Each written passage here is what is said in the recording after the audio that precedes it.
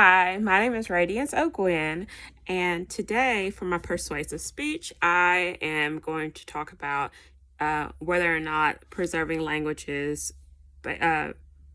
endangered languages, if that is worth preserving or not. So basically, what endangered language is, it's a language that is at the risk of disappearing due to its speakers dying out or shifting to other languages, such as, with people, let's say, for instance, they come here to America where we speak English predominantly from maybe Mexico or, somewhere. And so they don't speak their language anymore because they want to, for lack of a better word, conform or fit in. So they'll try to learn English so that they can better survive in a new country. And so, they may not use that language anymore, Spanish, their native language, and then they may end up having kids and, they no longer speak Spanish, and then those kids don't speak Spanish, and, you get the kind of the point of it.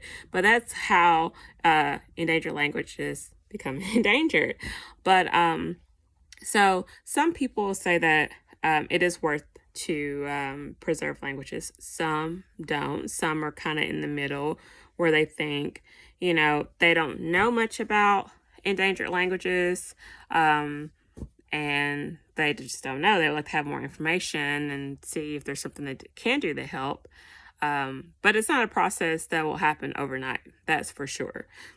But you have, different organizations that actually try to help with preserving languages, such as UNESCO, which is an organization out of Paris, France, or that's the headquarters. But it stands for United Nations Educational, Scientific, and Cultural Organization. And they help a lot with trying to preserve languages, as well as and it's an organization called the Catalog of Endangered Languages.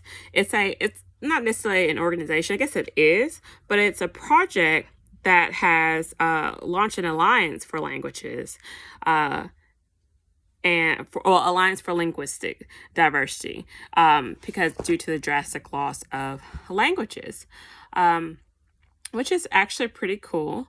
But they've launched this to try to help preserve languages, which it's great, if that is something that is of interest to you,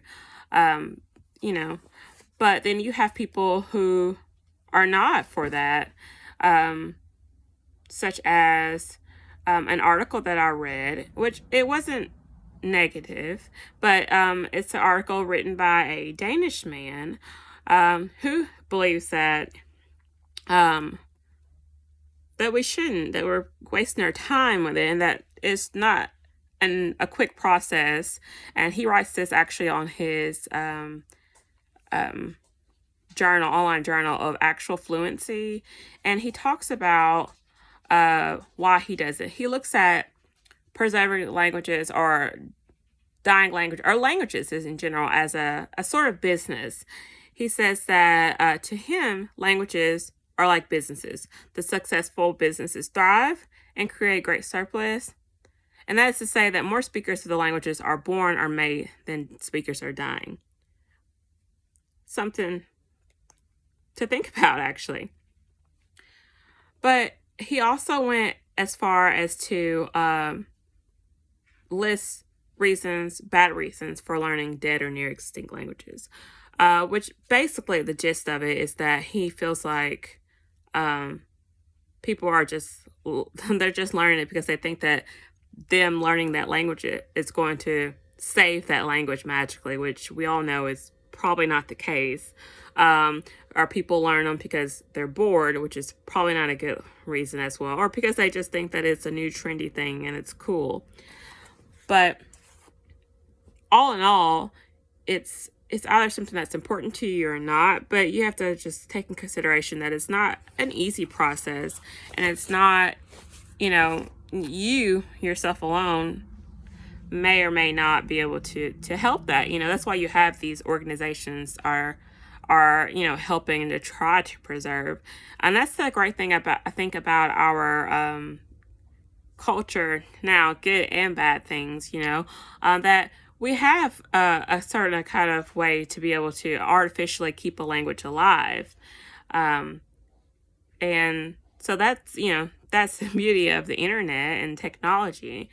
But, you either do or you don't, but it's something to consider, such as, you have languages, roughly about 7,000 languages, according to the sapiens.org. You have roughly 7,000 languages, and about 50 to 90% of those are considered vulnerable and would be extinct by the end of the century, which is a mind-blowing thing to think about. But you just have to figure out ways into which you can help and preserve, or not, and just let things happen like they naturally do, or do a little more research and figure out what is best for the situation. But a lot of times people, they're stuck in whatever languages that they speak, and if that's working for them, they're not going to seek out other languages to try to keep alive when their native tongue is doing just fine. But everything is evolving and changing, and you just never know what will happen someday. But nonetheless, everything is changing, and it's just the way the world works, I guess. C'est la vie.